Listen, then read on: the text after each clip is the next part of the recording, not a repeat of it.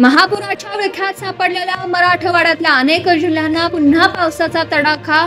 धाराशिव, बीड, परभणी, नांदेडला पावसानं झोडपलं। सोलापुरातही पावसाचा कहर। जायकवाडी धरणातून मोसमातला सर्वात मोठा विसर्ग। धरणाचे सर्व 27 दरवाजे उघडले। गिरीश महाजनांकडून जायकवाडी। संभाजीनगर जिल्ह्यात तुफान पावसाचा थैमान। अनेक भागातील घरात आणि सोसायट्यांमध्ये शिरलं पाणी। अनेक कंपन्यांमध्ये पाणी शिरल्याने कोट्यावधींची। अहिल्यानगर जिल्ह्यातही तुफान पावसाची हजेरी। दसऱ्याच्या तोंडावर झेंडू फुलांचं पीक पाण्यात, शेतकरी हवालदिल।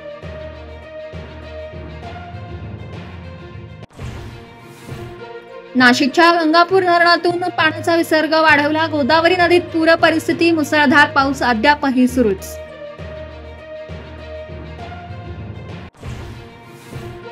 मराठवाड्यातील अतिवृष्टीचा मुख्यमंत्र्यांनी घेतला आढावा।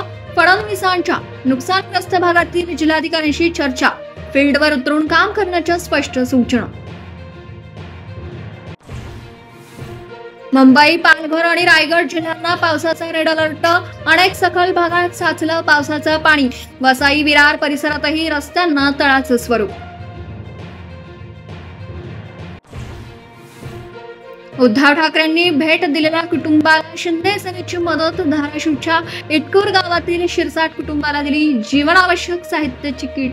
टीका करताना संजय राऊतांची जीभ घसरली।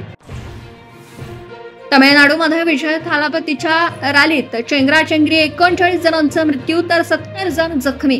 केंद्रीय गृह मंत्रालयाने राज्य सरकारकडे अहवाल मागितला। चेंगराचेंगरीतील मृतांचा पार्थिव कुटुंबियांना सुपूर्द। मुख्यमंत्री स्टालिन यांच्याकडून कुटुंबियांना प्रत्येकी 10 लाखांची मदत जाहीर, तर विजयाकडून प्रत्येकी 20 लाखांची मदत।